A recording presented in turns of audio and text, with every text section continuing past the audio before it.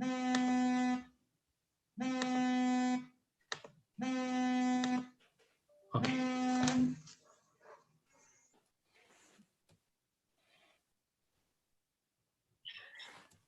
Good morning. We are in Alcer in the ProCKD project. We're going to explain from our point of view the different activities that all the partners in this project are going to develop for the insertion into the labor market of the people with chronic kidney disease and other kind of disabilities.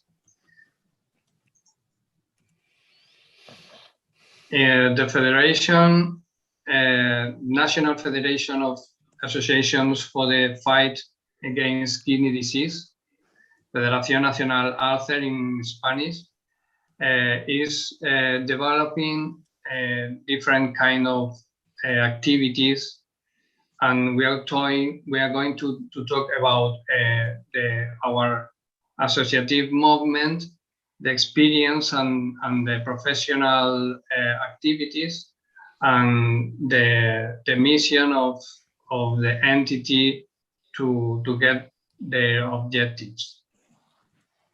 The main objective of the entity is to improve the life quality of people with kidney disease and their families. And Alcer is the national federation, as I have told, of association that fight against kidney disease, and was established in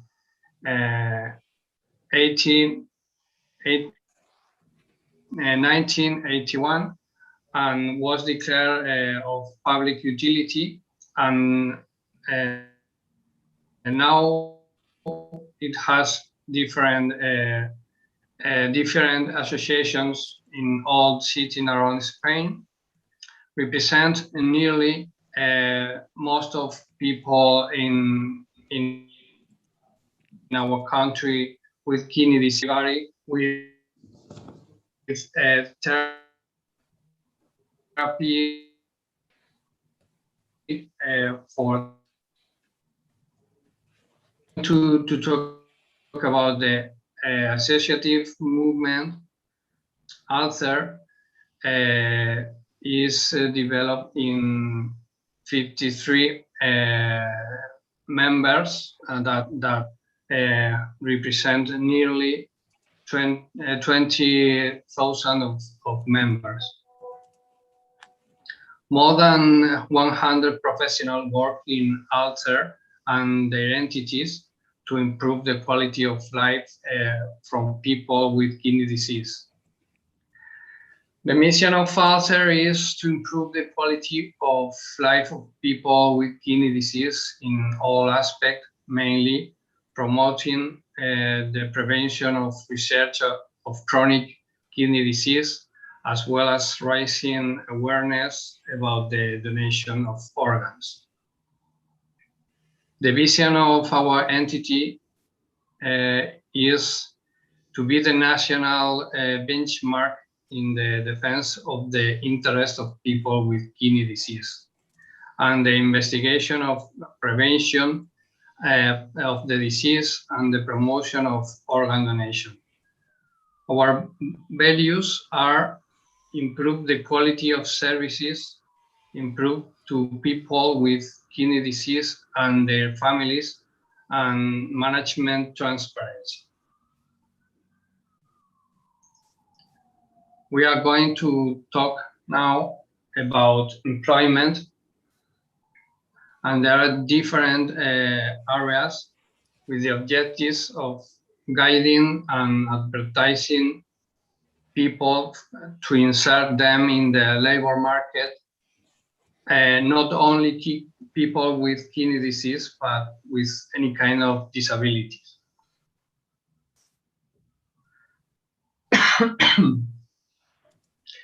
We are employment agency authorized by the SEPE, which is the State Public Employment Service. And also we have to advise to small and medium enterprises with a free service of information about employment for people with any kind of disability. We have got a website, alser.org, where we have publication of news, scholarship for study, aid for employment, competitive examinations, and public employment exchange. We as well develop employment promotion and self-employment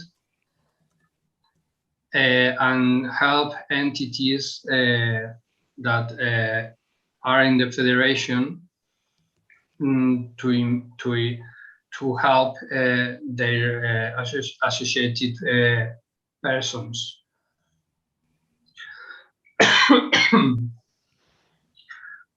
The employment service intermediate between people with kidney disease or any kind of disability and employers, and develop this job for free. As well, we try to resolve different queries about certificate of disability and any kind of legislation, any kind of difficulty from people with disabilities to get into the labor market. Now it's going to talk Juan Carlos about the work itinerary and chronic kidney disease. Yes, thank you, Antonio.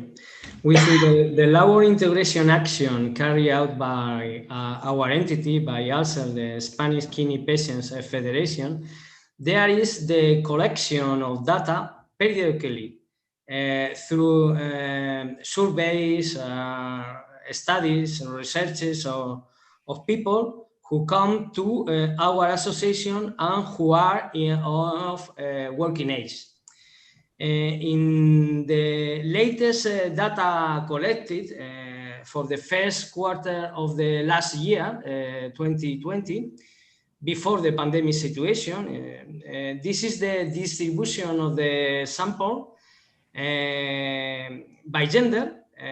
Most of the people are men, around 60%, and 41% are women. Is the same distribution as in the kidney population in Spain. More or less is the same. The sample is restricted to people in working age. Currently, between 16 to 65. This is the legal situation in Spain, but which will be increased to 67 years old in the coming years.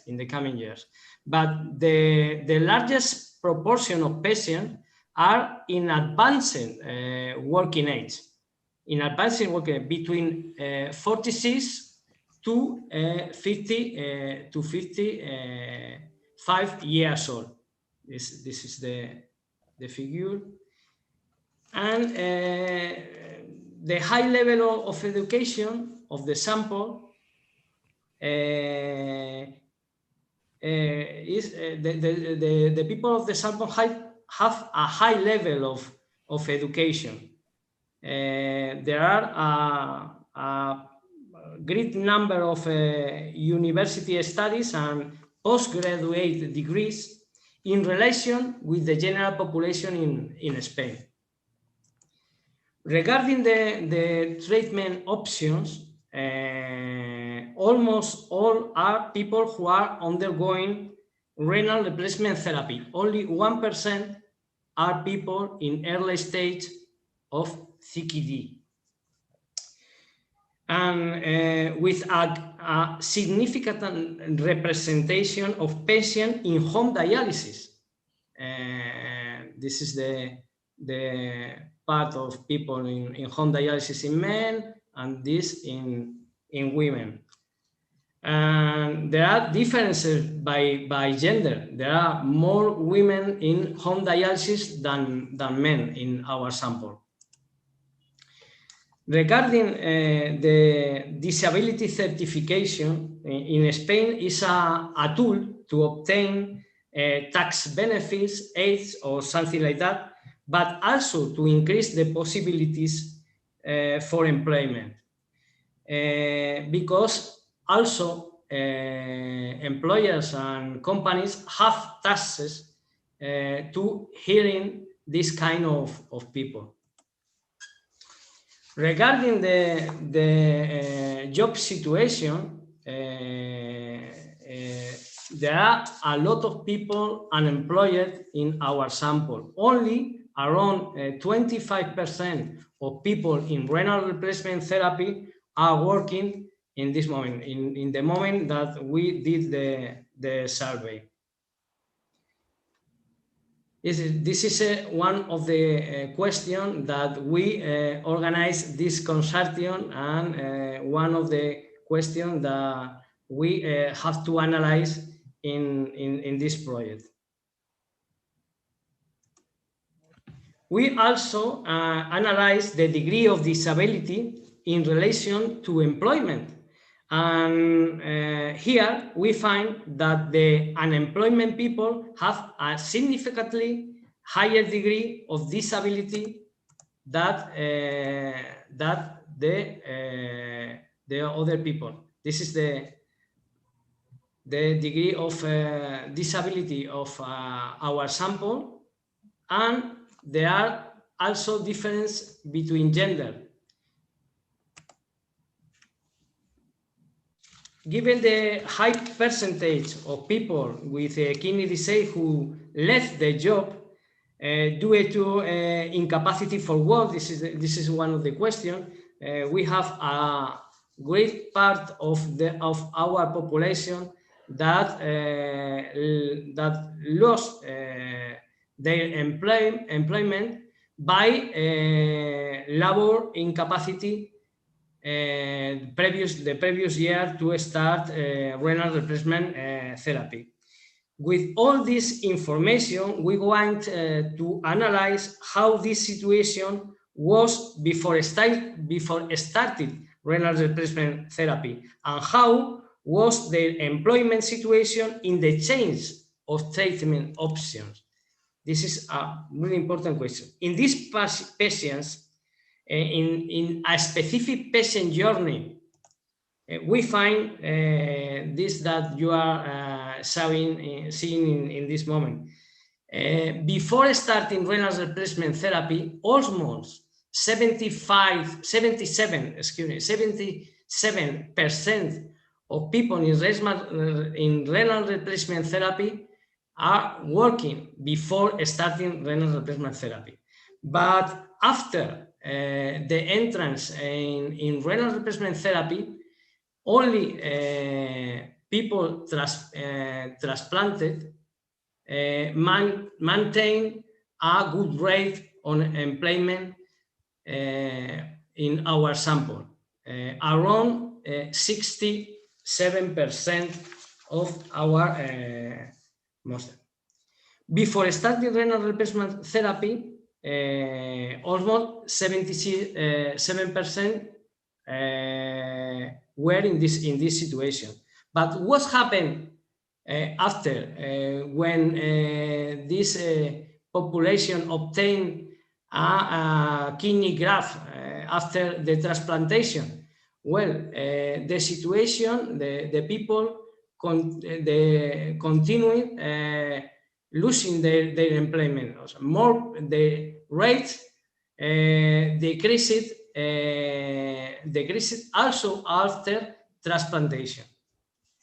Logically, the treatment option that was most likely to continue working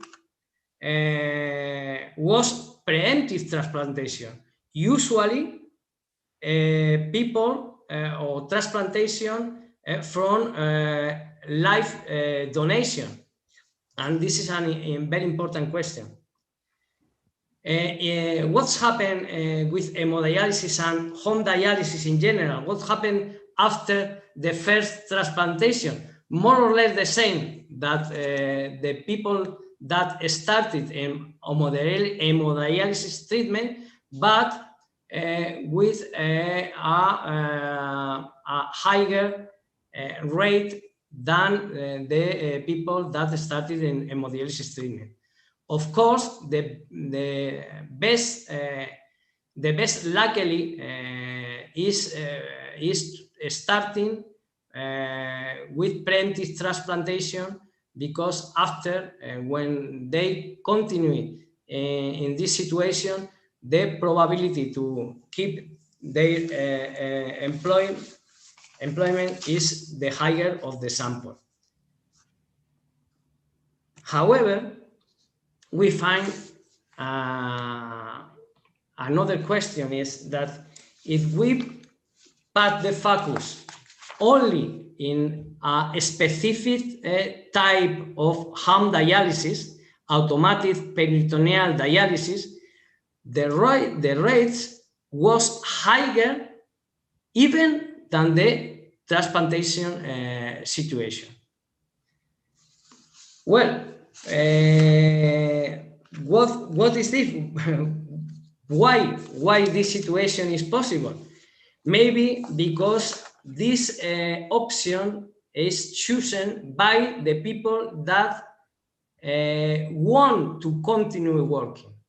This is a possible explanation of this situation. All this is important because when the social costs that each treatment option offer are calculated, the option with the lowest cost is automatic peritoneal dialysis, even lower than transplantation. This is paradoxically because the least used option for renal replacement therapy so far is also peritoneal dialysis, especially in people in working age. Several investigations have suggested that the education in home option before starting renal replacement therapy is the key that maintaining the job, something that our data seems to corroborate. But in addition, a study we did a few years ago indicated precisely that people on peritoneal dialysis option are the ones who have the best knowledge of the disease and treatment too, much better than people on hemodialysis at the center. I insist that in patients of the same age, which indicates the educational component, is very important, and also the personality factor of those who want to take control on the safe and self-managed treatment, since they are the ones who are mostly still employed. In conclusion, all the data have seems to indicate that we have to continue analyzing the factors that influence people with kidney disease to continue working, and that educational aspect, same as we are promoting in this project, to exchange best practice could be a key or one of the factors that are influencing in this situation.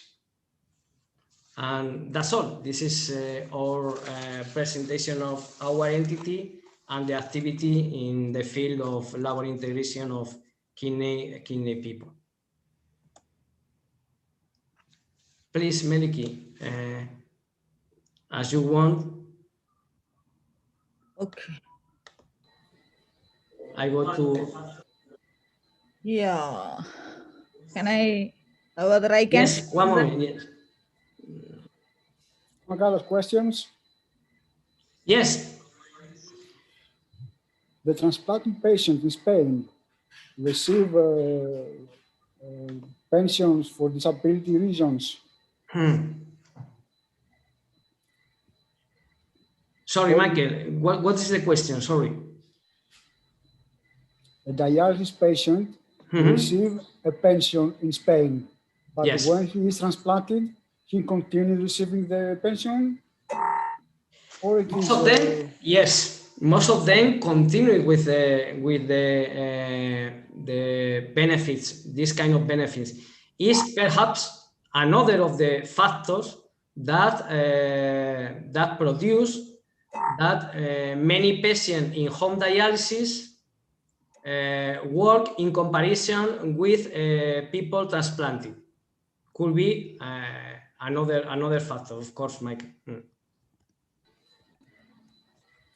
and then there's, if a patient receives a pension for disability reasons, is it possible to work? It's more strange because in Spain you can receive a pension for disability reason only if you have more than 65% of your official certification.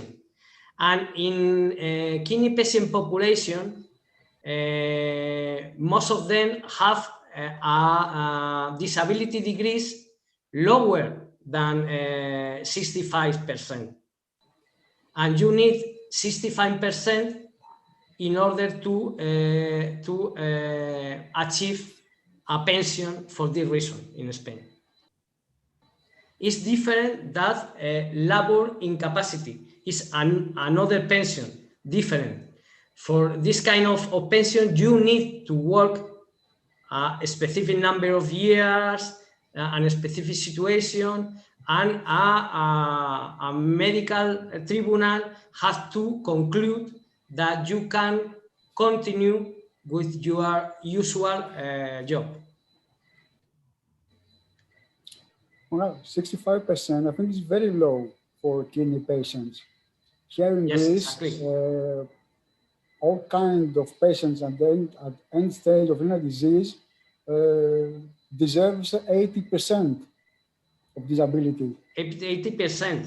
80%. People on dialysis treatments. No, transplantation, dialysis, peritoneal, yes. In Spain, usual people transplanting, the average degree is 33%. The minimum by law in Spain to consider people with disability. The dialysis patient, when someone starts dialysis, receives an 80% disability degree. When you are transplanted and the social or civil organization want to see again your disability degree, it might reduce it to 67, but no lower than 67%. Too higher, yes.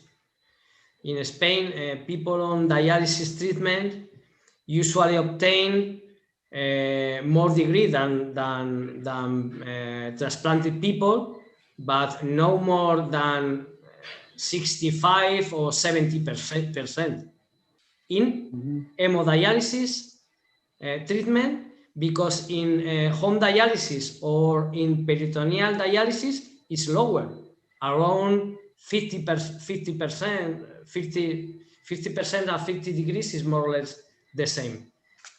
Yes, the situation is different, Michael. Perhaps for this reason, we have one of the lower rates on unemployment people in renal replacement therapies. Only 25% of people in working age. That's because you have that someone cannot obtain a great amount through the pension, so he has to work, he or she has to work.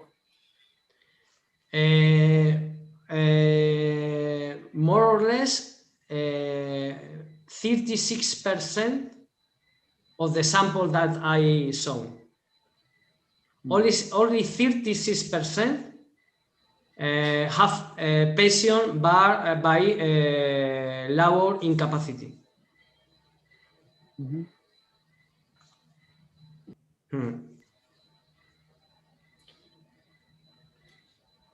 It would be great or ideal to have in all European members common rates of disability. Like we have ICD, the National Classification of Diseases, to have also the National Classification of Disabilities rates or degrees, whatever you say. It would be great. It would be fair for European citizens. It will be a good idea for this project to ask all European countries about this disease. We can start with our country about the legislation, about the working rights, the benefits for the citizen of Spain, of Greece, of Turkey, of Holland, to have a first picture. And then we can also, through EKPF, to ask the other members. Okay. Thank you, Michael. It's a good idea.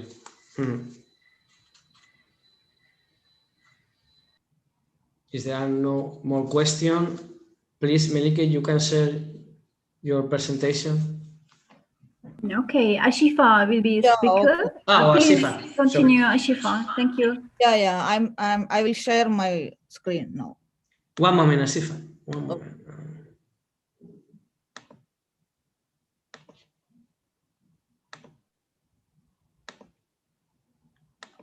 Yes, I think you can share your presentation.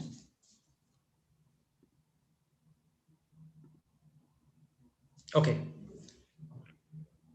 Yeah, I think this is the time to know about Istanbul Gelişim University.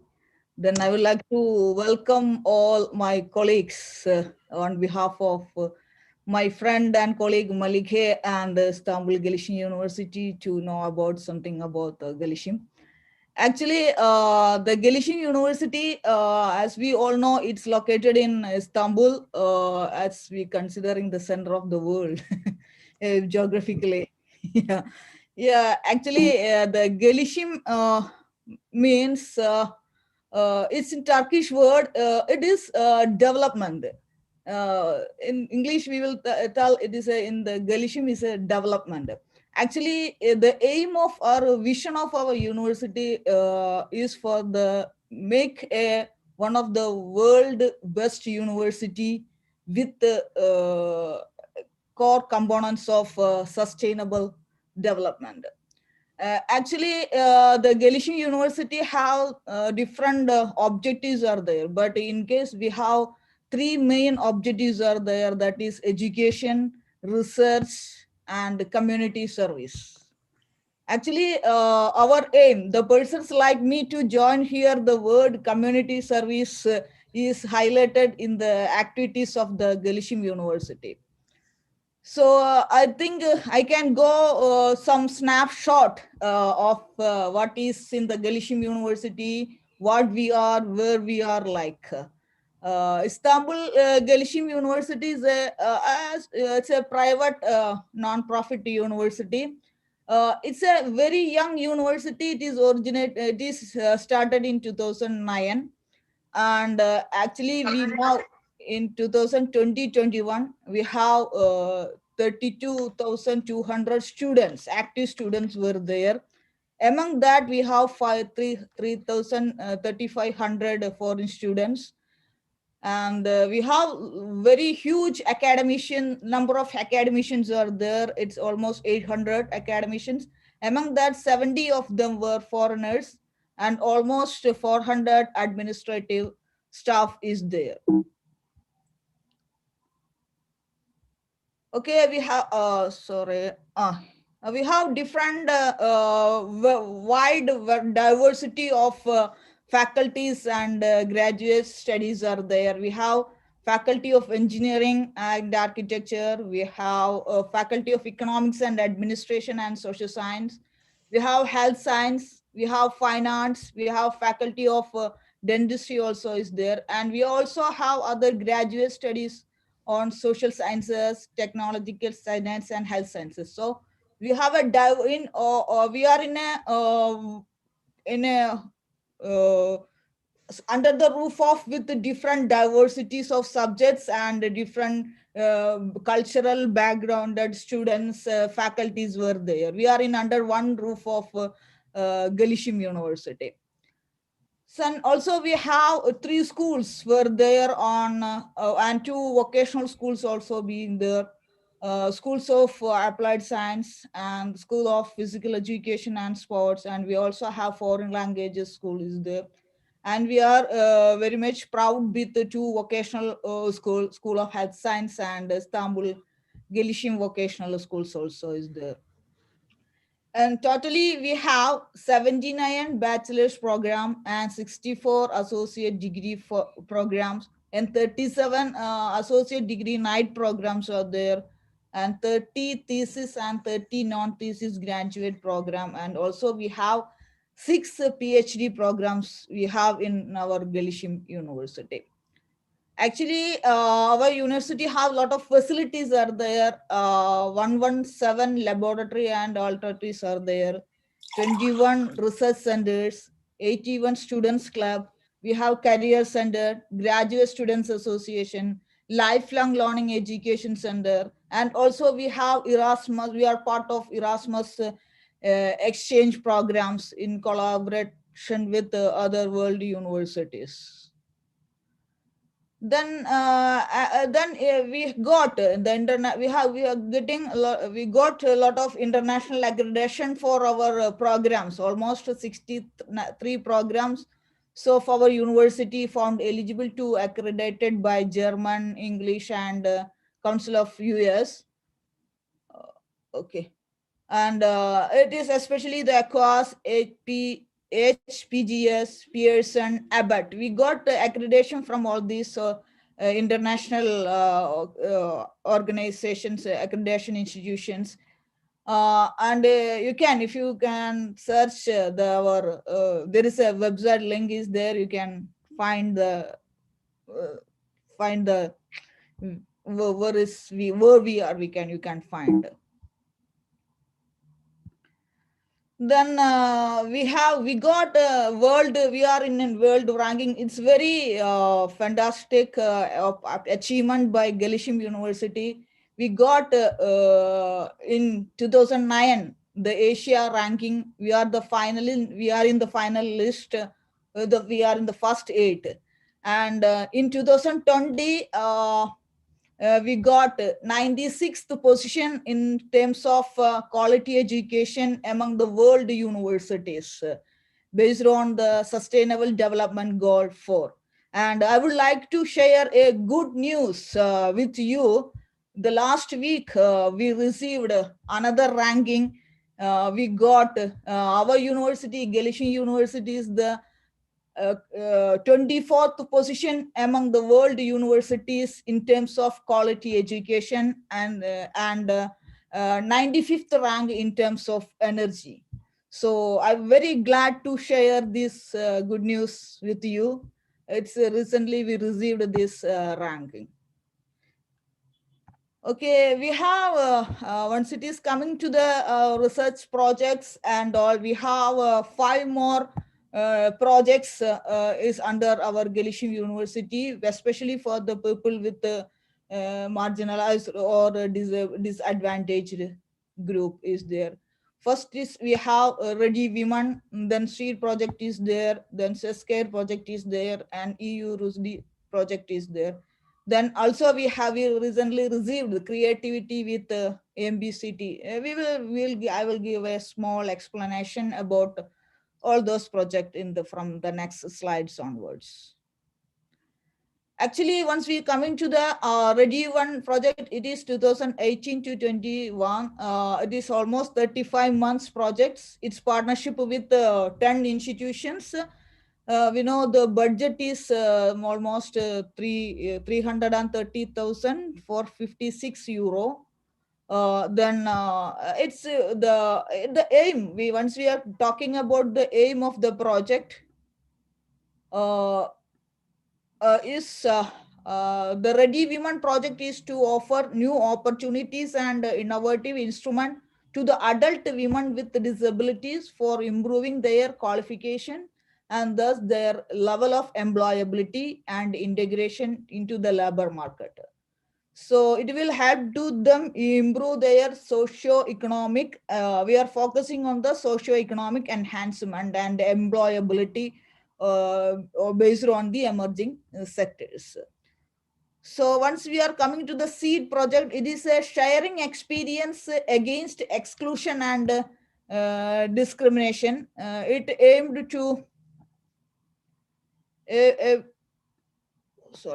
it aimed to focus on the difficulties faced by the young people who are often discriminating against in their education or training settings. This discrimination is always linked to early school living, actually based on the dropout children from those schools. This project is aimed to exchange good practices between our partner countries to create summary document of result that can be disseminated and beneficial to the employment of educational professionals.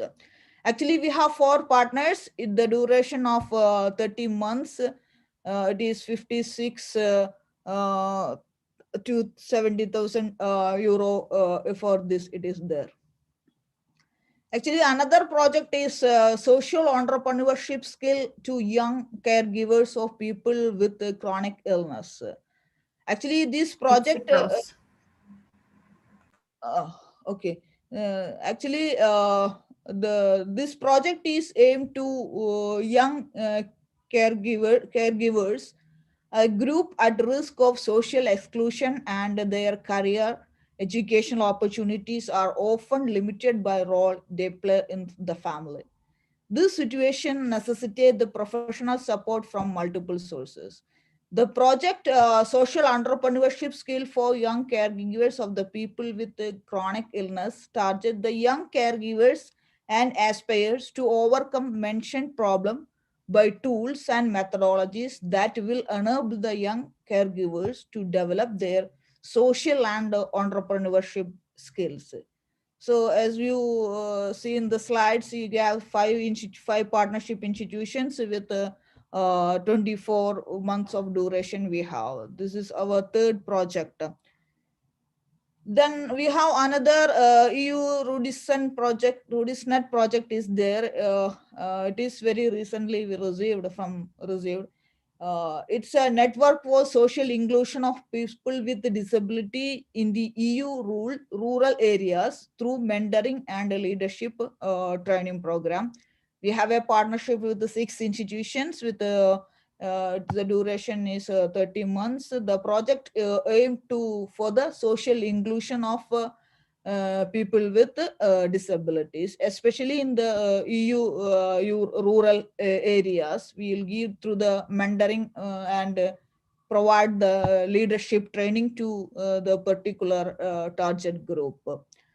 The another project is that we recently got approval. It is a design thinking and individual creativity with mindfulness based cognitive therapy in economic and social crisis. It is a project for supporting women with physically disabled and female caregivers of a disabled person at home.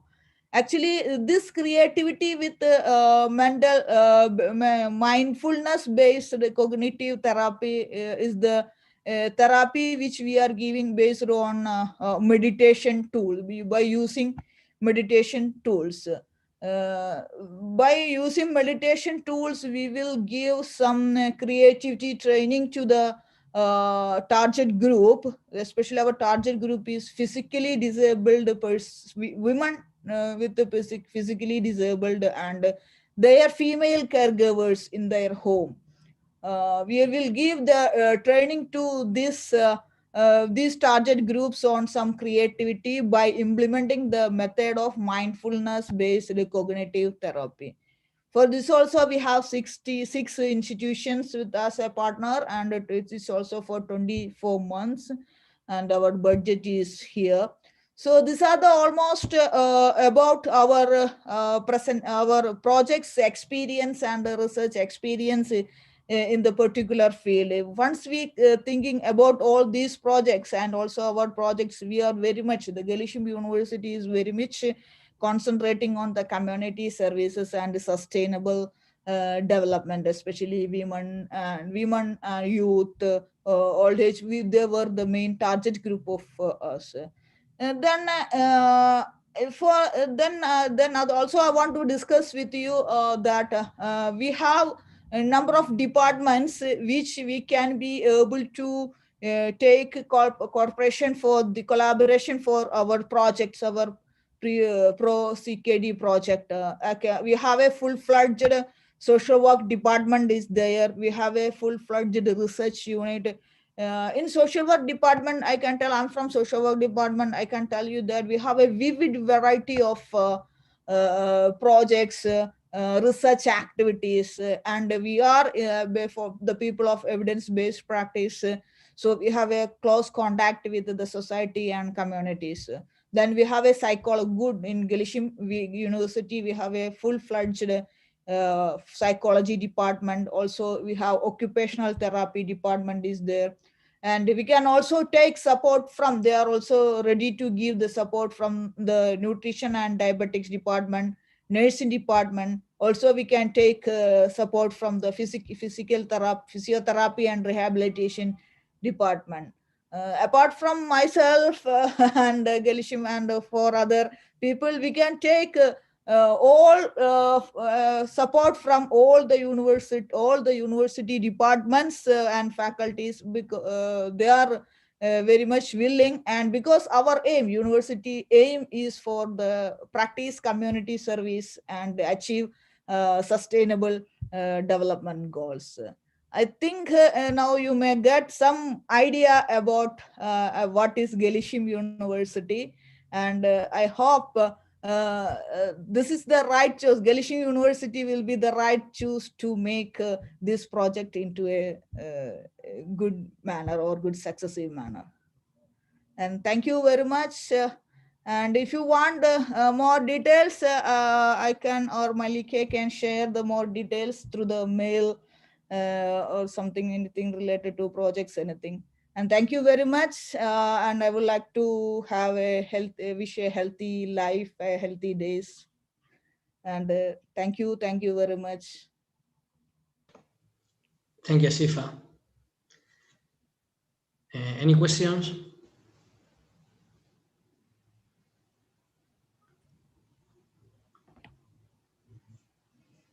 Asifa, if I understand fine, your university is a non-profit making entity.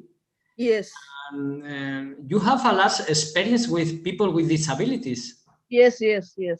We have different types of projects, and we have our social work department is doing different types of field work practicums with these particular target groups. It's great because as we discussed with Michael in the previous presentation, most of the people with kidney disease are people with disabilities. Yes. It's really important. Thank you, Sifa. Yes, thank you. Thank you. Next, Fokion and Spiros, one moment. Fokion, you can share your presentation if you want. Okay, sure. Sorry. Let's host disabled participant screen sharing. Okay, one moment.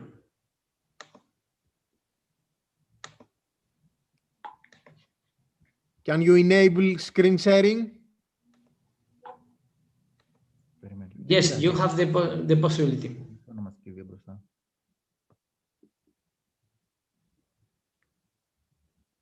Can you see the option?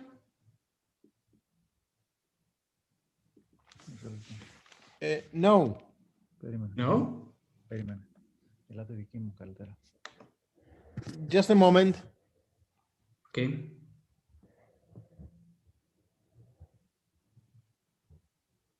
Can you allow my screen? Yes. One moment, Spiron. I try again.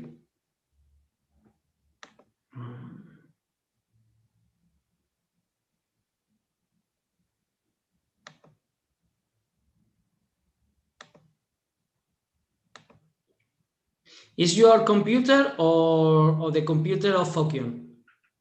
My computer. Your computer, but in this moment you can. I can. 1 moment. You can share your screen. Can you see the option in the top of the screen?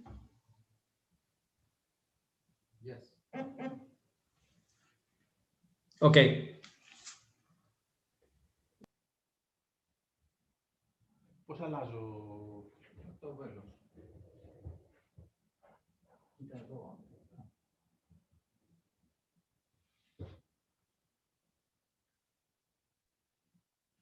Πώς αλλάζω το βέλος? Το βέλος είναι το βέλος. Ξεκινά να μιλάς. Hi everyone. Το άλλο το εγώ. Just a moment. Άνοιξε το βίντεο μου.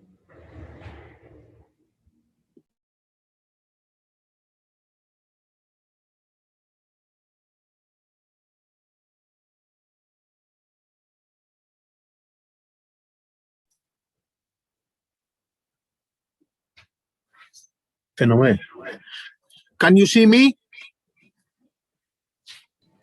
Yes, okay. Yes, I can see. Here. Okay, sorry. Can you see me now? Yes. Can you see me? Okay. Mm-hmm. Hi everyone. Good morning and welcome to my presentation. I will present Epioni. I will say a few words about Epioni and describe the Epioni's involvement in helping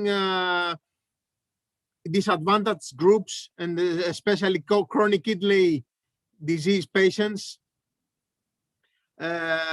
in their employment. Epioni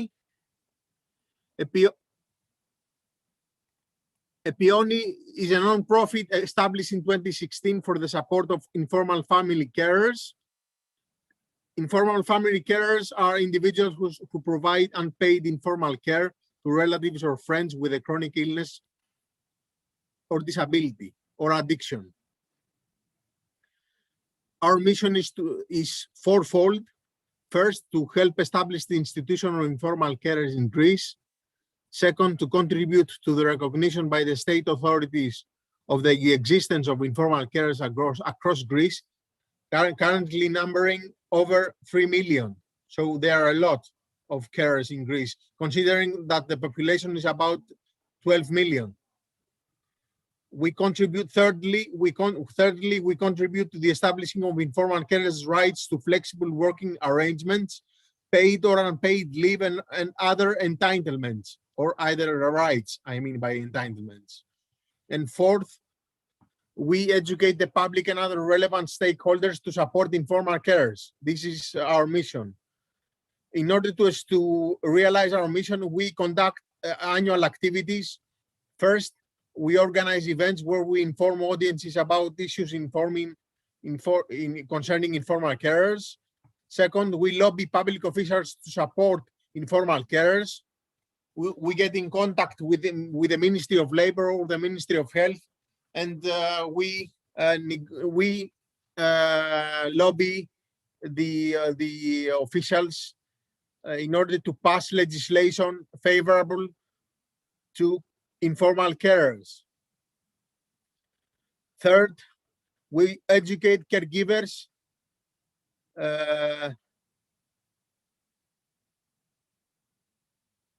for example, caregivers of patients with chronic kidney disease. And fourth, we have a social club and summer camp for caregivers. So Epioni's involvement in the ProCKD project means that we have the ability to help disadvantaged groups be employed. More specifically, we collaborate with our partners in the project CESICARE, as Asifa mentioned, Istanbul Gelsenkirchen University and Dutch Foundation of Innovation Welfare to Work, where we share good practices in offering social entrepreneurial skills to young caregivers who want to become entrepreneurs.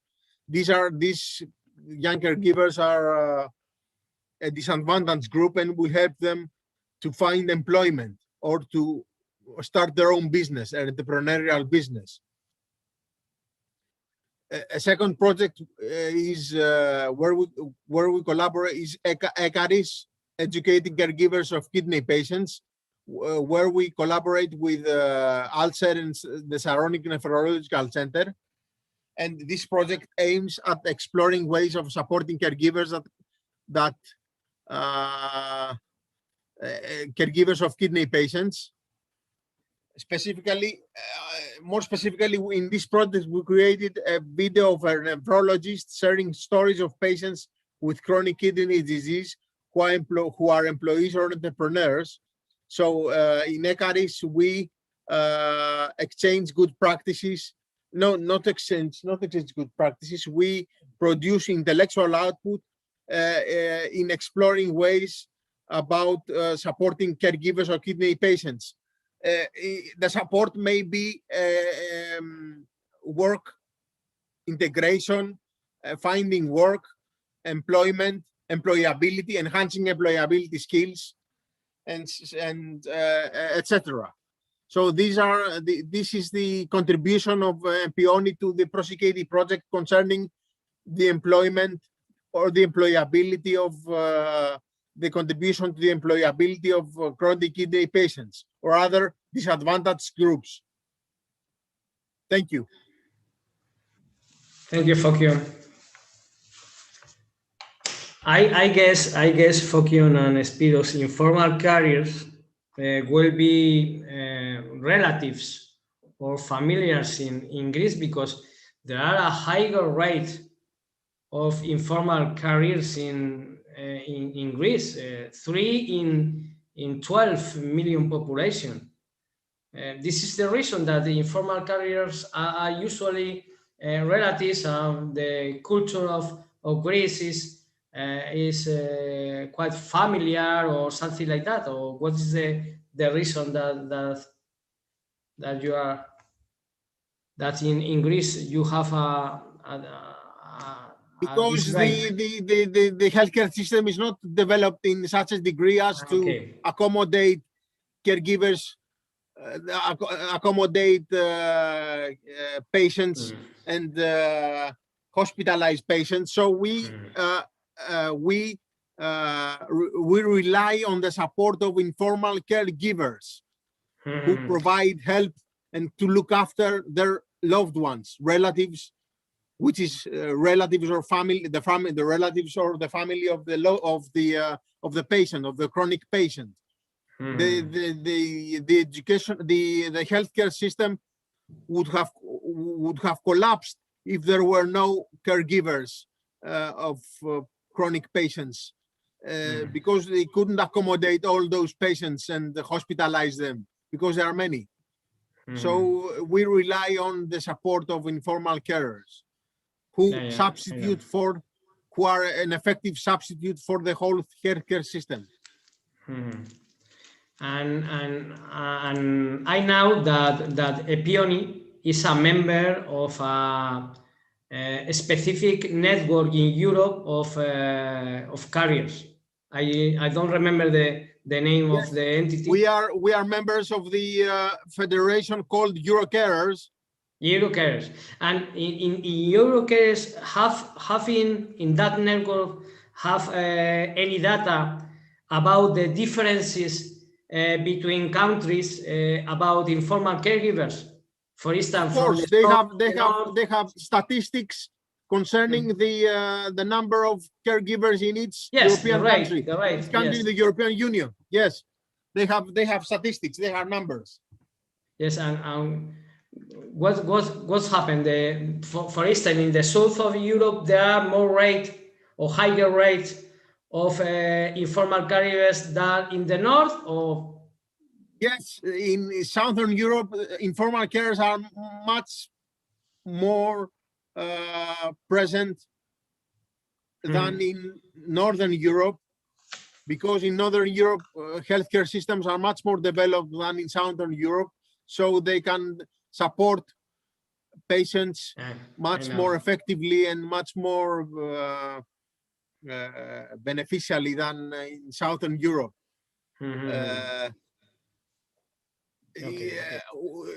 Healthcare systems in Southern Europe, or I think I would argue everywhere, healthcare systems everywhere would collapse without the presence and the support of informal carers. Because the informal carers are a substantial percentage of the population of each country, especially in Southern Europe. Okay, thank you for that. If you have any questions, other questions about the Epion's involvement in ProCKD and supporting the employment of chronic kidney patients? For Keon, another factor about the degree of supporters or caregivers, especially in the south countries of Europe, is the family bonds between the patient and his relative, mother, father, nephew, cousin. I think we have stronger family bonds in southern countries than the north ones. And this is the reason why our country has about 3 million informal caregivers, despite the fact that our healthcare system is collapsed. Yes, the bonds are much more intimate, much more close in Southern Europe, in contrast versus Northern Europe. And this enhances the quality of care provided by informal carers.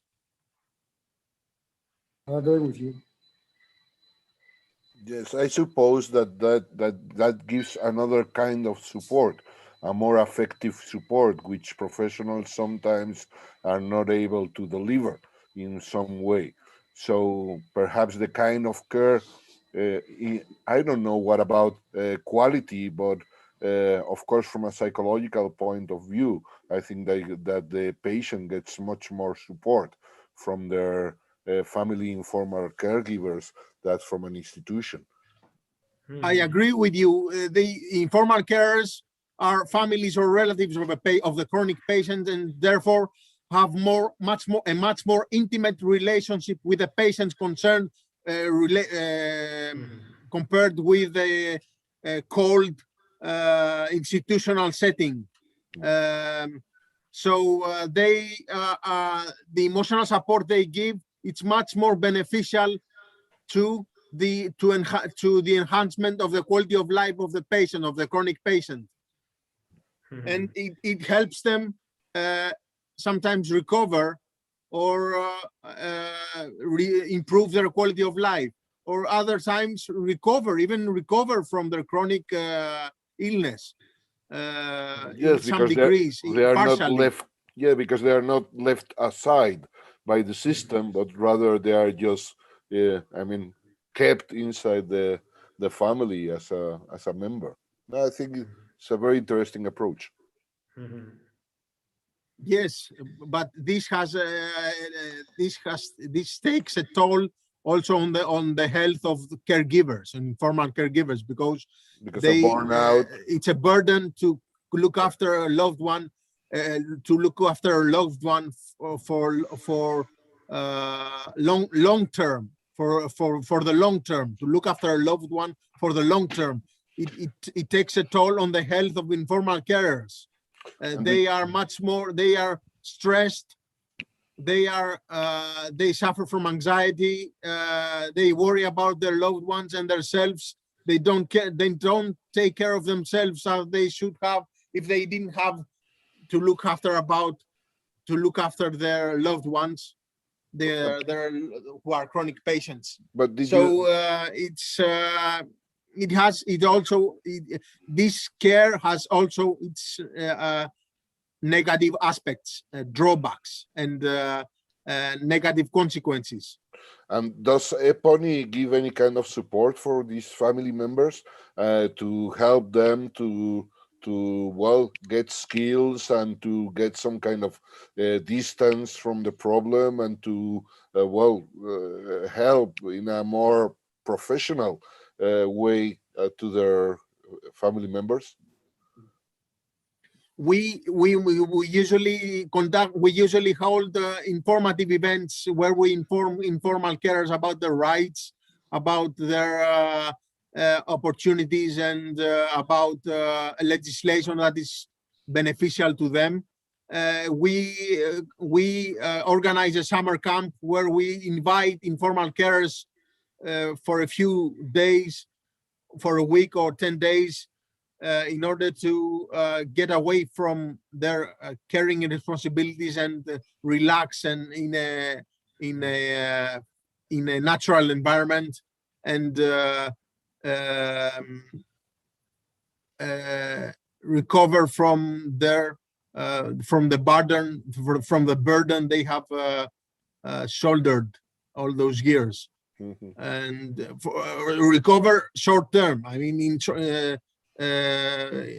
short-term terms. Okay. Thank you, Fabian.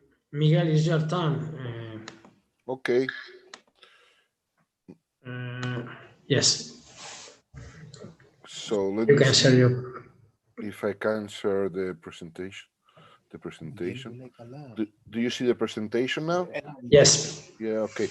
Well, I must apologize because my presentation will be rather short. I didn't expect to... Hey,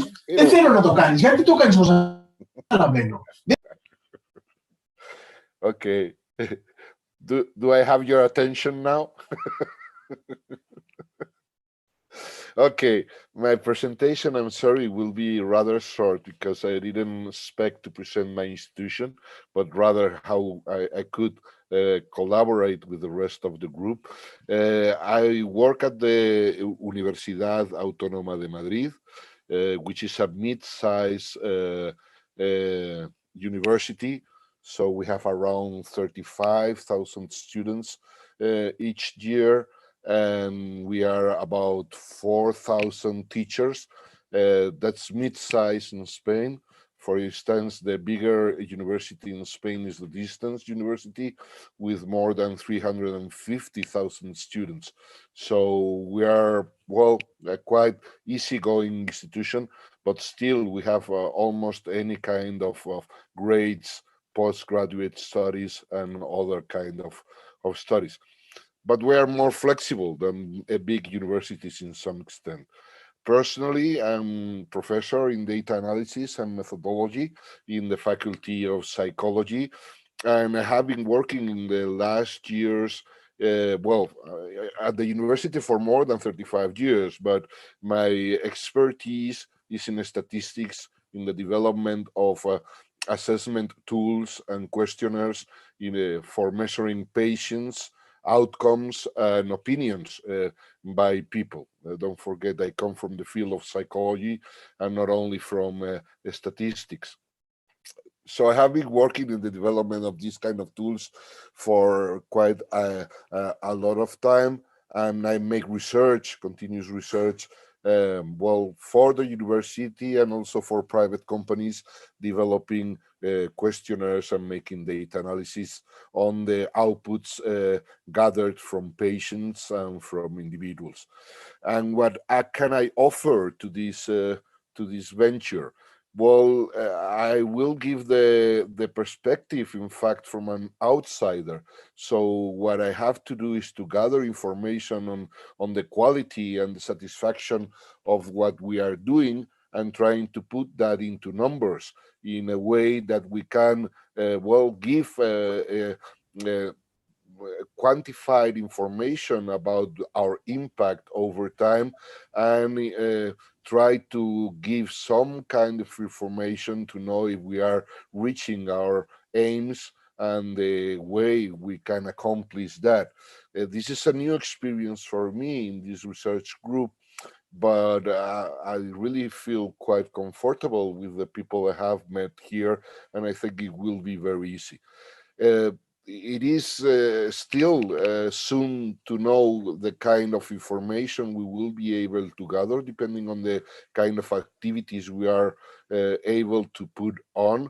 But of course, don't hesitate that we will get the numbers to know if we are doing it well or if we can improve, which I expect, in fact. So for any who wants to get in contact with me, you have the contact data there, and I will send you a formal presentation, a video from the university, from my university, so that you can get an overview on what our expertise are and what our institution does. And there's not much more than I can tell you right now. Thank you very much for your attention. That's it. Thank you, Miguel. Any question for Miguel? I have a question for Miguel and Ashifa.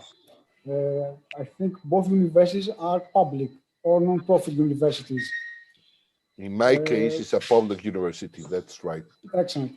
Your universities accept people with disabilities without exams? Everybody has to pass, in our institution, everybody has to pass a knowledge exam. We have special programs for people with disabilities, even with intellectual disability, but they always have to pass some kind of filter because they have to show that they are prepared for the kind of programs they are trying to attend. But of course, depending on the rule, on the way you go inside the university, we have programs for a lot of different people. For instance, we have a program for autism, especially developed for them, but they have to have a certain amount of intellectual abilities in order to follow the programs. Otherwise, we have special schools for that, which we share our teachers with them, and then the programs are set up in the institutions and not at the university itself. I don't know if that answers your question. Oh, yeah, thank you very much. So the high school degree is not enough for someone to enter the Department of the University. Well, the thing is that the situation is changing with this convergence with Europe, because we used to have a postgraduate title. Well, when you get the grade, and that was enough for your professional exercise. But now we are being aware that most people go into a master's degree in order to get a better job. So most students don't finish their studies after the grade. They try to continue it further on a master's degree for another 1.5 years or 2. That's because our careers used to be 5 to 6 years, and now they have to be 3 years or 4 years at most. So from the shortening of the grades in order to be recognizable in the rest of Europe, we have found the problem that, well, people want to get more knowledge to feel prepared. So it's a weird situation right now in Spain. Thanks, Miguel. Thank you very much. You're welcome.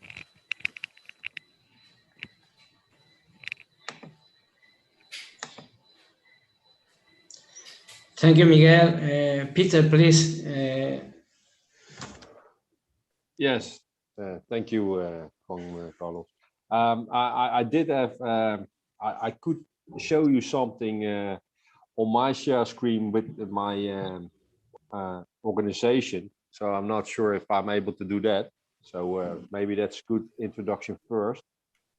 Shall I try to do that? share screen. And then you keep that on the background, and then we can see if the presentation I do through my phone, if that actually works. Yeah. Okay. Good luck. Oh, I cannot host. You have to give me permission as well. Is that possible, or is that not possible? It's Juan Carlos, the one giving permission. Yeah, I know. I'm trying, and Juan Carlos has to give me permission. One moment, Peter. Don't worry, I have time. Then you can start your presentation. Okay, let's. I see. Hmm? I wanted to share my screen. Is that there it is? Okay, so I can start now. Okay. You are on my screen, right? You see it? Yeah. So first, I want to do a little introduction of the Dutch Foundation of Innovation Welfare to Work. As you see, this is the Netherlands, and we go close into the map where we are located. We also have given a little bit of a broad overview in this very fast video. But this is one of the fastest introductions ever I can present to you with the Dutch Foundation.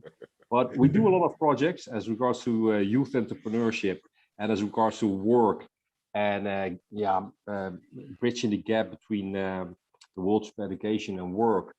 And I want to tell you a little bit more about our presentation, about the work we do in the presentation I have, and which you already have set clear for me. So let's see if I go into the one I have done already, which you also had on your screen, and see if this works for you guys if I do it like this. You see my presentation? Yeah. And is that good? You can see it well, also if it's through my phone? Yes, it's in a mobile site. It's really little, but yeah, but you can if you cannot broaden the screen for you guys. Otherwise, then I have to go into you. No, it's okay. We can read it. We can read it. Okay. Yeah. Cool. So one of the things what I wanted to say as regards to our work, but also regards to the Dutch entrepreneurial approach to employability with all target groups we have from getting into employment, is that there's a certain Dutch culture and how we battle our unemployment and how we do things around here in the Netherlands. So we usually we just start with a one-size-fits-all kind of approach, and that's also why we have kept our unemployment rate so low for decades now. So I'm gonna try to share some employment and entrepreneurial strategies, and in this you will also find back some elements what we also do with people with chronic kidney disease. Just as a back percentage information is that in the Netherlands, 1.7 million have a risk of kidney failure, and so 10.6% of the population of the Netherlands have some kind of chronic kidney damage, and so this amounts to 1.7 million. So I thought that was pretty, that was a lot of people for such a small country. I want you to get into this presentation, and what I said, that the unemployment rates have been so low for decades now, is that although we have all witnessed more or less two big crises the last couple of decades, you see that the average wage of the Netherlands is still pretty low in comparison with other countries. So we sometimes go up, but on average we stay pretty close to the 5%. And that means that you could more or less say that our general approach to unemployment, and also to all the special people who need some kind of support, or who need to have a different kind of target objectives, are working pretty much And that's also, I think, because of the way our culture is, and also the way how we implement our strategies on a local level. So it's more allocated to the municipalities, which makes it more easy to do a tailor-made job. So the municipalities know their customers, or know the people who have to go into the labor market much better than the national government. So everything is sized down to municipality responsibilities. If you already had a job, then it's sized down to a regional employment agency, which is called the UWV, which is more or less the job center. So they give insurance benefits. So there you get more or less the same salary you had with your employer, and because you dropped out because of a disease or some other way you got unemployed because you got fired, then this UWV will take over your salary, gives you also the support, but that's more on a regional level, and that's more from the angle and the perspective of you just lost your job, and how can we get you back into a job? And if you, after 2 years, you will fall back and drop down to the municipality kind of strategies and the municipality benefits. So I think that it doesn't really matter who is actually supporting the people getting into the labor market. It's all about that there are a few questions pretty essential. So, and that's like in the municipality, so in the place where you live, and also in the region where you live, how many jobs and what kind of jobs are actually out there. And that's in general, you know, how many jobs are there, and then also specifically how many jobs are out there for you, for your skills and with your special needs you have.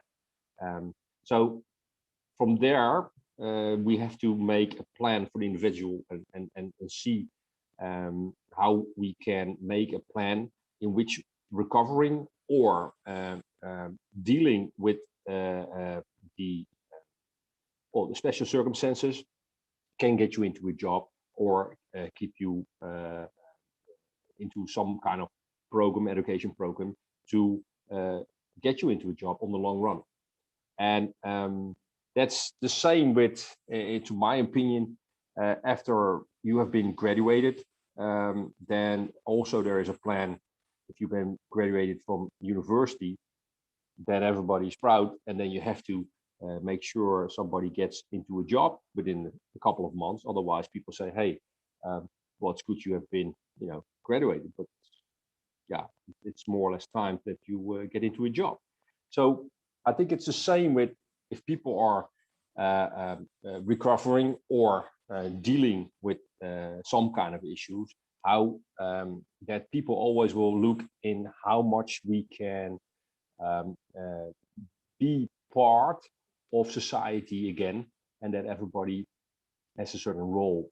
And I think that this is the sort of culture of the Netherlands is, and that's also what kind of feedback we got back from a lot of other countries, is that our approach is work is treatment and treatment is work. So we see that working is also part of getting back into society, and also helps to have a better mindset and a better way of integrating society. So in that way, that's why the municipalities have this have the control of their local and regional strategy, and that's why we start with a one-size-fits-for-all strategy, and which then we will see if people can actually walk the path everybody walks, and if people drop out, then we make a specific tailor-made approach. So we do that with everybody, and it doesn't really matter with what kind of strategies or what kind of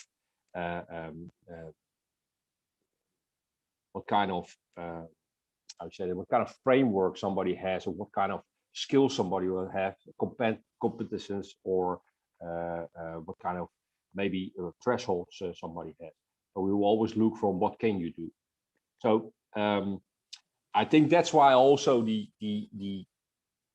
Dutch system usually works, because we have the three key elements of employability. We always start with try to get people back, doesn't matter what kind of issues there are, make sure that the basis is good, and then we try to get them back as fast as possible into work. And from there we look if it's doable and how we can support them. So the other possibility, the very important element, is of course that you need to make sure that if you get people back into work, or if you get people into some kind of network, that network is functioning and effective. So from each angle, from each person is different, and everybody needs a different network to succeed in life and work and to get the support you need. And also that can be from colleagues, that can be from support employment agencies, and it can be from municipalities or from any other people who are important in this network. And then, of course, the last thing is also important, is the quality coaching. And the quality coaching is not only from professionals, but also, of course, from family and caregivers.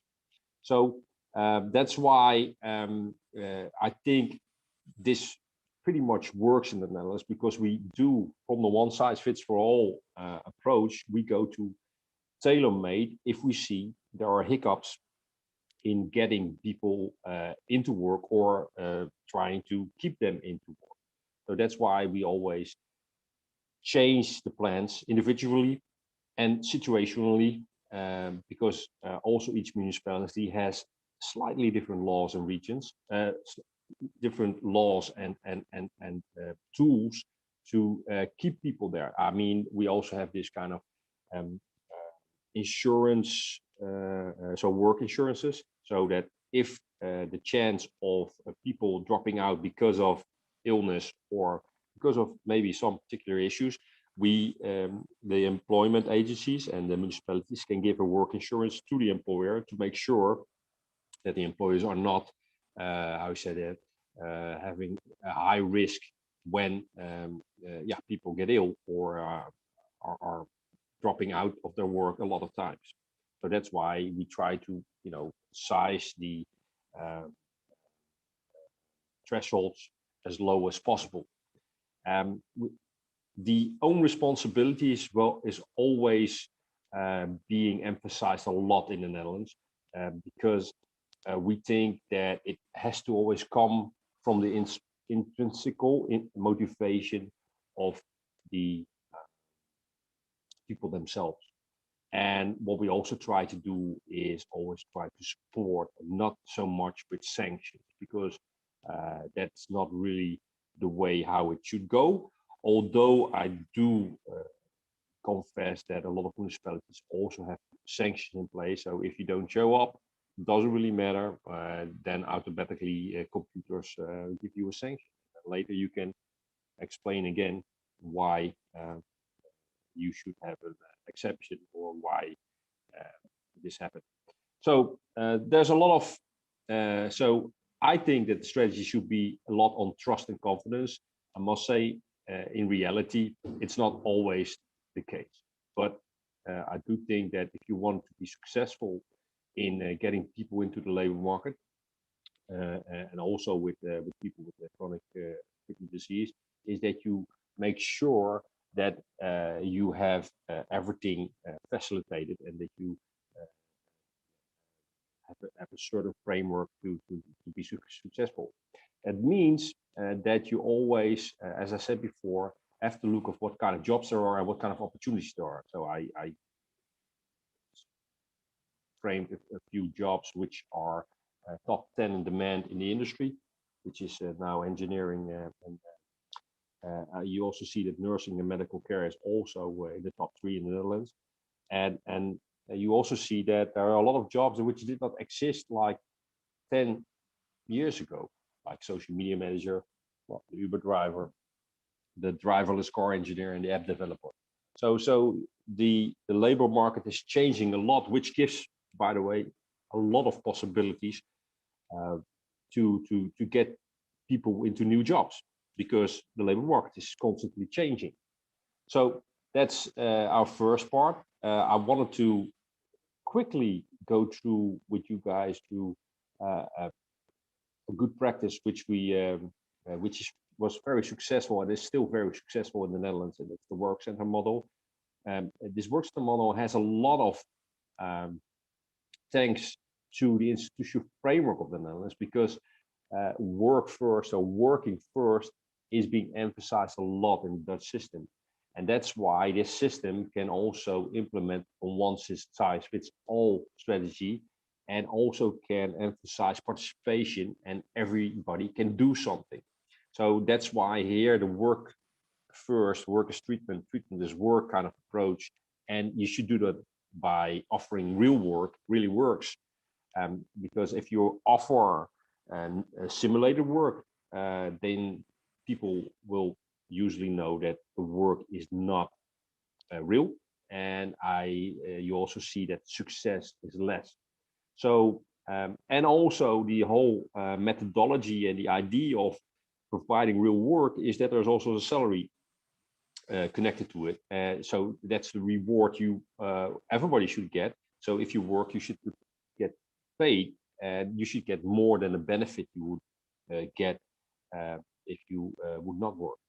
So and that's why from work to work works, and that's why I think that by emphasizing on own responsibility and actually doing logical things, so giving a salary if people work and are doing more active things than in the benefit, the circle, the vicious circle, is being broken, and that's why we have pretty much a lot of success in the Netherlands with our approaches. So this is a good picture of one of the models we have.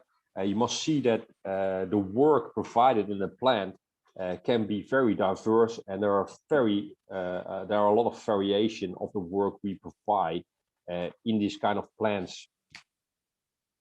So it's also that we can, in those plans, we can also provide entrepreneurship schemes. So people are also invited to start up companies and businesses in their in the facilities of these plants, and this worked and works still pretty good. And because of people starting up in facilities in these kind of plants and entrepreneurial hubs, people also connect with each other, and there's a lot of chemistry.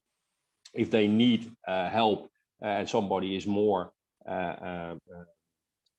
skilled in, for instance, marketing, then he can just walk to the other side of the plant and ask for help or for tips and tricks. And that's also the other way around. If somebody needs some help with setting up a business plan, or wanting to elaborate about certain plans he has for his company, and he needs other companies or other organizations to help him out, and then you can just tap in and plug into each other's networks. So this works at a good practice started in 2006 and was also awarded as a good practice of IDELE by the European Commission. And later in 2012 and 2014, it was awarded again by the national agency, the Dutch national agency, with lifelong learning. And the principles of this work center model is that it's sort of a gatekeeper. So before you get a benefit, we will offer you a job, and the whole emphasis is about everybody can do something is better than everybody must do something. So it's tapping in, plugging in into motivation and positive approaches. And the caregivers, and in this case, could that be also job hunters and life coaches, they facilitate and help with the with implementing and them into jobs and giving them the structure they need. Because we do want it very much. It looks a lot like real jobs, and from this real job you have to go to other jobs. So we would usually use a subsidized job in the beginning, but the subsidized job will always pay more than the benefit. In this way, we have succeeded to get very good ratings and size down our benefits in certain municipalities, as you see here in the city of Papendrecht, where they only, which is very good. So you see, you go from 440 people back to 219 people, and this is all due to the work center model, because the work center model was the only one active in this period of time. So as from 2006, you see it kicks in, and then in 2009, you see it goes from 400 back to 290. And the good thing about this model is that it's also being operated in other countries and on a European level. So you see that the 87% we got in the Netherlands in the beginning is more or less 83%, 78, 80%, all around that amount everywhere where you kick in with the work model. So those are pretty good rates, and you see that. Also, I think you should emphasize on the intensity of this journey to work. That the intensity of this work center model, the intensity of getting people active, makes that it actually empowers. People are connected with other people, with other colleagues. It may be sometimes with the same problems, but also with so they also have different solutions. So in that way, you are getting connected with a world you didn't know before, and that this has a sort of a positive vibe. And when it's successful, then you also see that other people want to also be part of something successful. So it's more or less it's a sort of a very good way of paving success. That if you start with a good framework, then people want to actually join these kind of projects and want to be involved, because they see that other people are better off and are successful. And that's why we also say that when they come in, that they have to do it themselves, because it's their life. You have to do it. I'm now just going to skip a little bit to the last part of this presentation, and that's because I think that we have to also emphasize on the fact that the labor world, the labor market world, and the world of work is more and more changing into a digital world.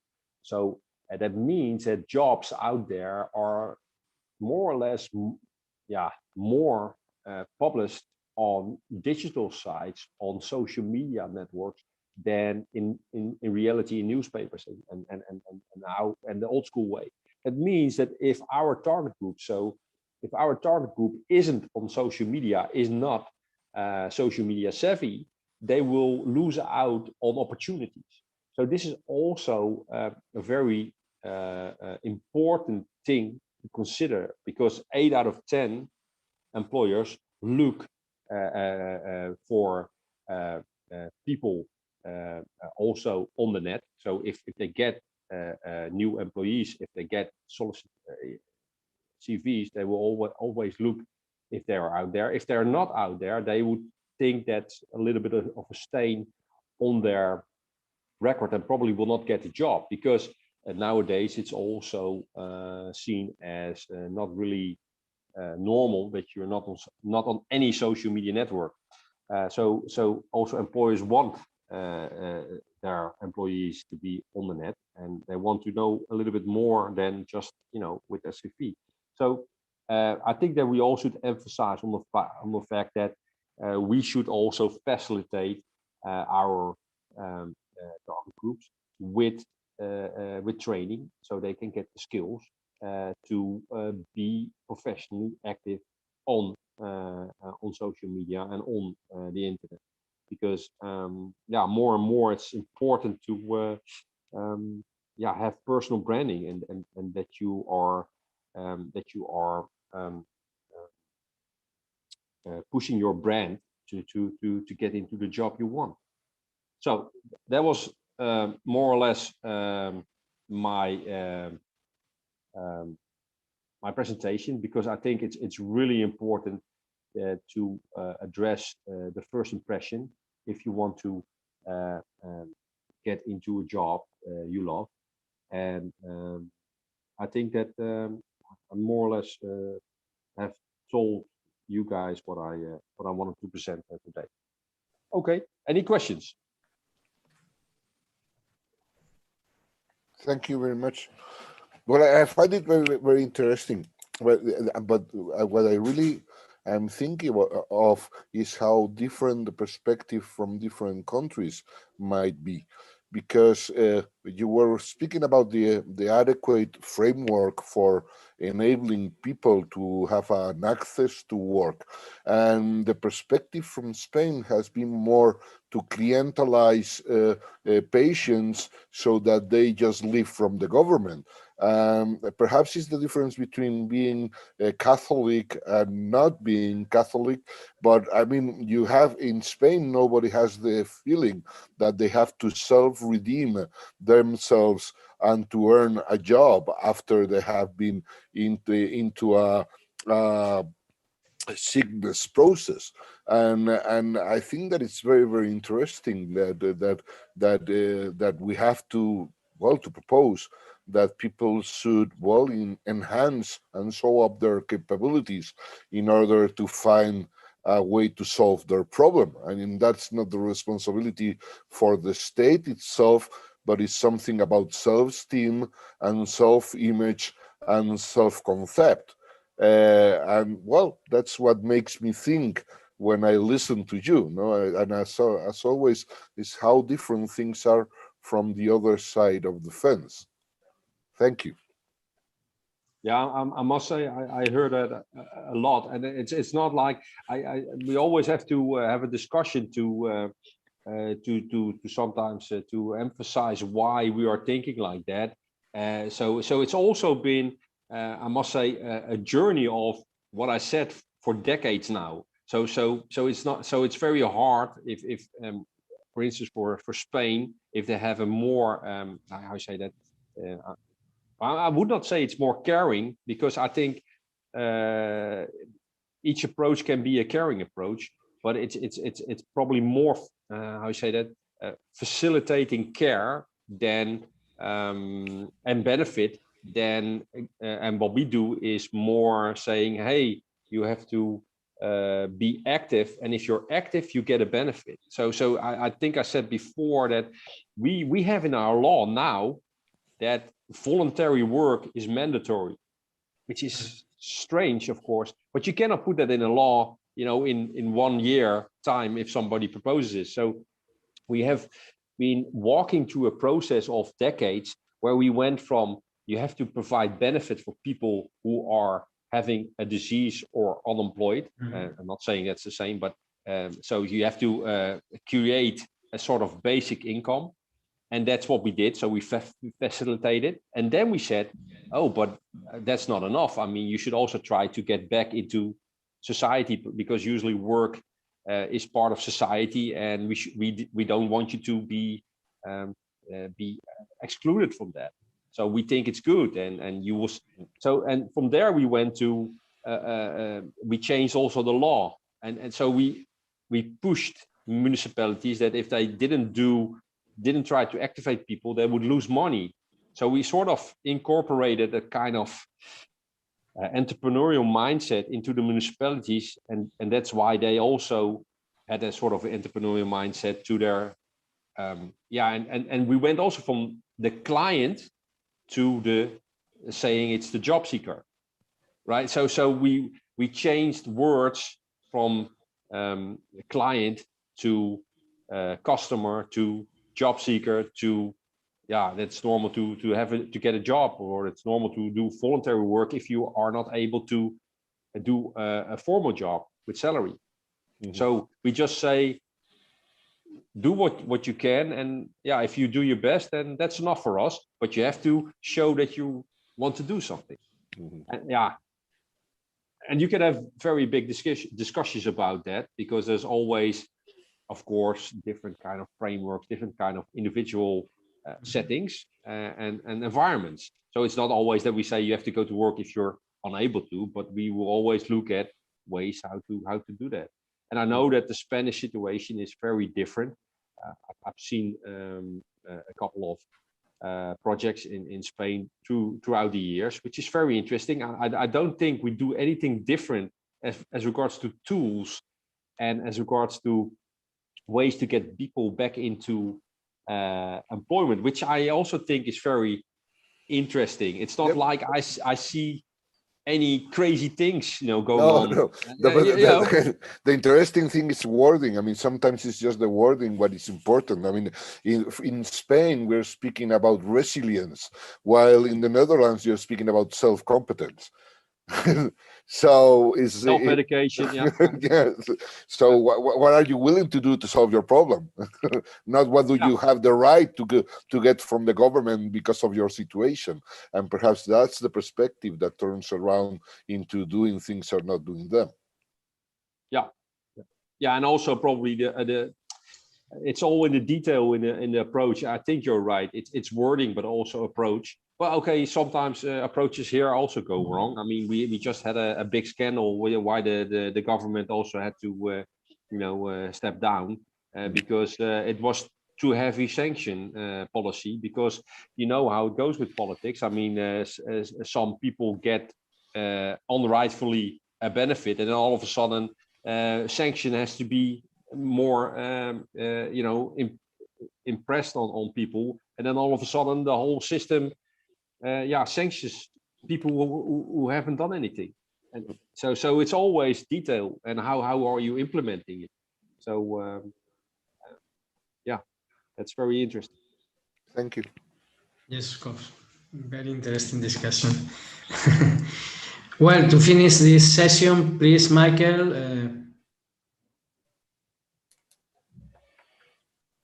Michael, please.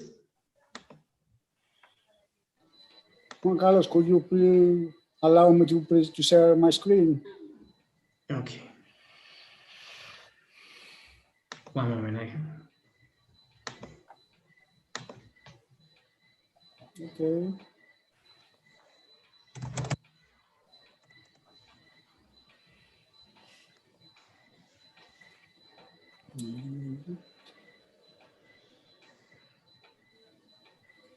Let me find it.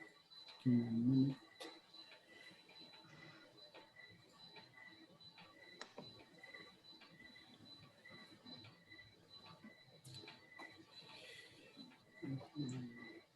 Michael, you send me your presentation by email? Do you send me the presentation? I can see. I think you can see. I can find it. You can see my presentation? No, I can't find your presentation. Yeah, here it is. No, you can see it now. Ah, yeah, sorry. Yes, okay. Hello from me. I'm Marcus Seraldakis from Egina Island. I'm the financial manager of Dialysis Unit that operates in Egina Island since 2009. Of course, it's very difficult to give my presentation after the extended presentation of Peter. My presentation is much more lower in duration. I'll give you some details about what we do here in Egina and how our entity will contribute to ProCKD project. As I said, we are a dialysis unit. This is the outside preview of our dialysis unit.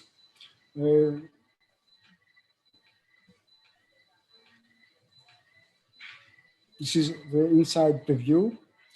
We have 10 dialysis pods.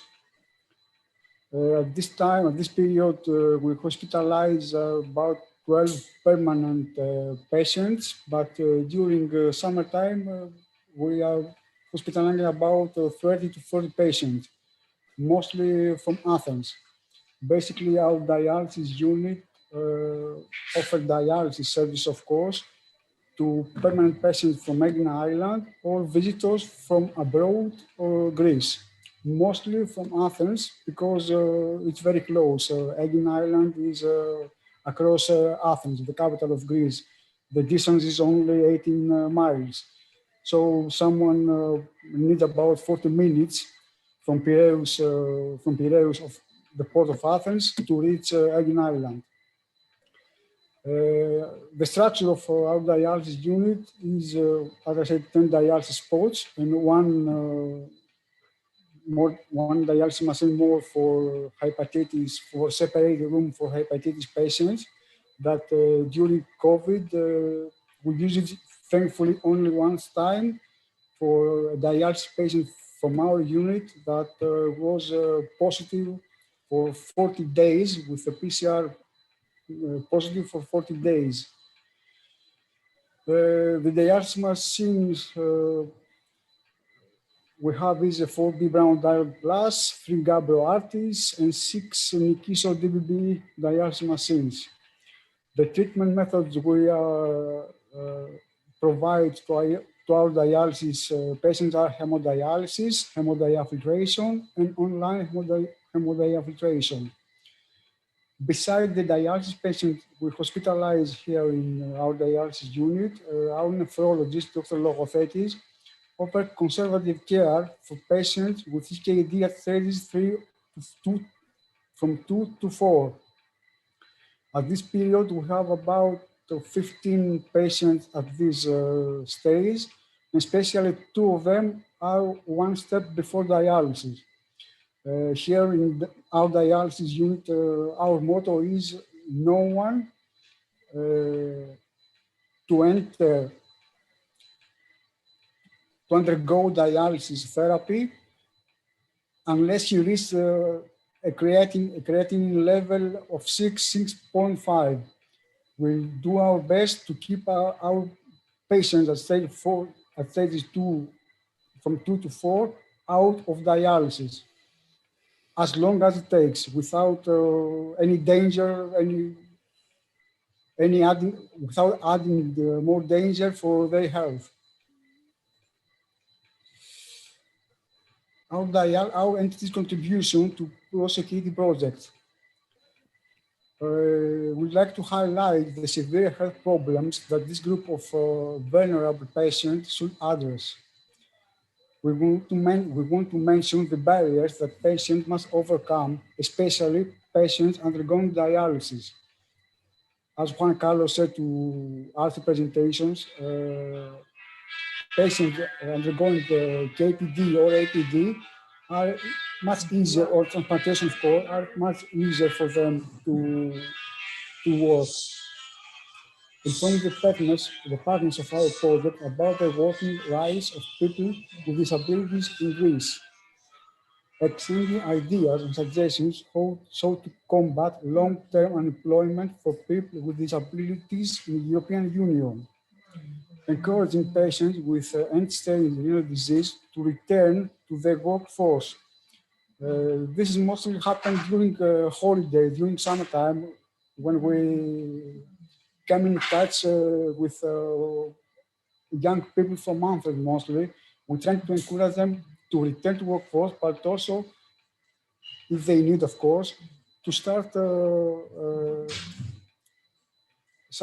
lessons educating in universities. My previous question to Miguel about if their universities and if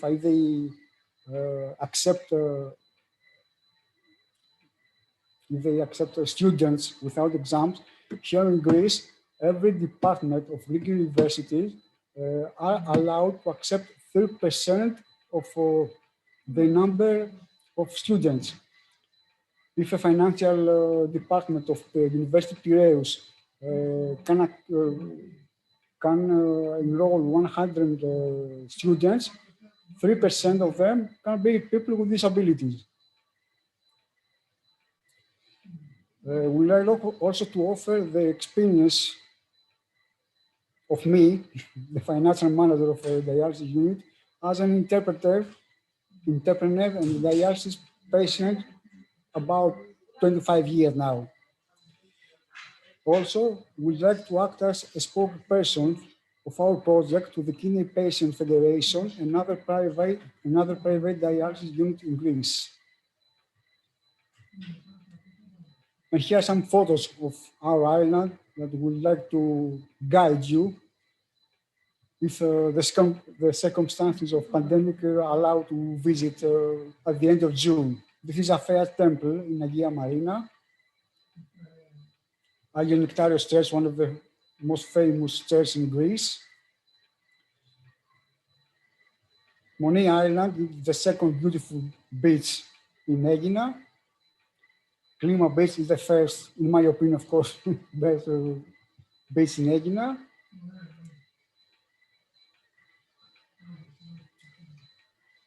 And our scope is to offer to our visitors a safe, enjoyable, and memorable vacation in Aegina. Since, as I told you, we're very close to Athens, and every summer we offer dialysis services to about 50 to 60 patients, mostly from the hospitals and private dialysis units from Athens. Thanks a lot for watching my presentation. Thank you, Michael.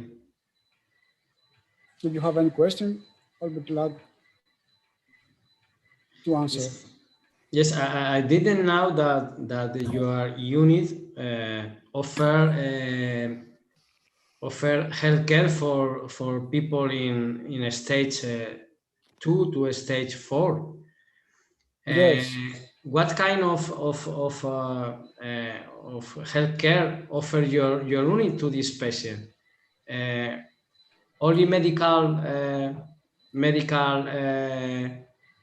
care, or also, for instance, nutritional or something like that? Nutritional and medical. As you know, Juan Carlos, patients at the stage 4, at the stage of 2, from 2 to 4, they need guidance. They need dietitian advice. They must have a biochemical test at least 1 time a month. We try to preserve hematocrit in a high level with erythropoietin.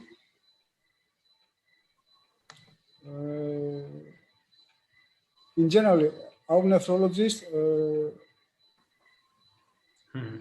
try to do his best to preserve the health condition of this kind of patient out of dialysis, as long as it takes. We have about 4 patients right now that are out of dialysis for 6 years, with a certain plan of meals, with advice from our nephrologist. In any case, as an example, if someone needs antibiotics, first we will ask Dr. Logopeds, a nephrologist, and then a pathologist or other kind of doctor.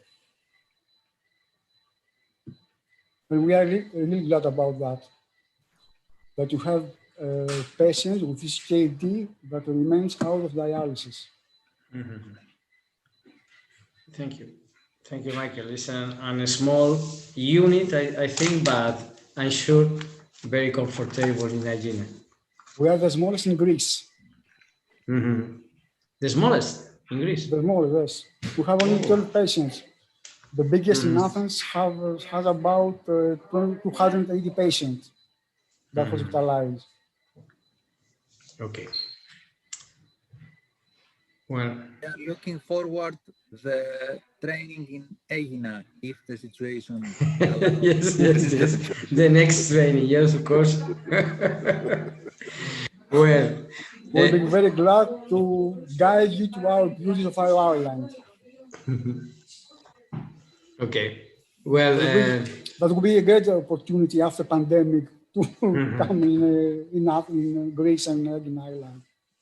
Yes, I think after the summer we will organize a face-to-face meeting, I think. Well, then thank you so much all panelists for the presentations, and this afternoon we will have the focus group, and I invite all of members to follow the focus group online by Zoom. Thank you so much, and see you in the next. Thanks, Juan Carlos. See you in an hour. Thank you. Nice to meet you. Thank you. See you Bye-bye. soon. Thank you very much.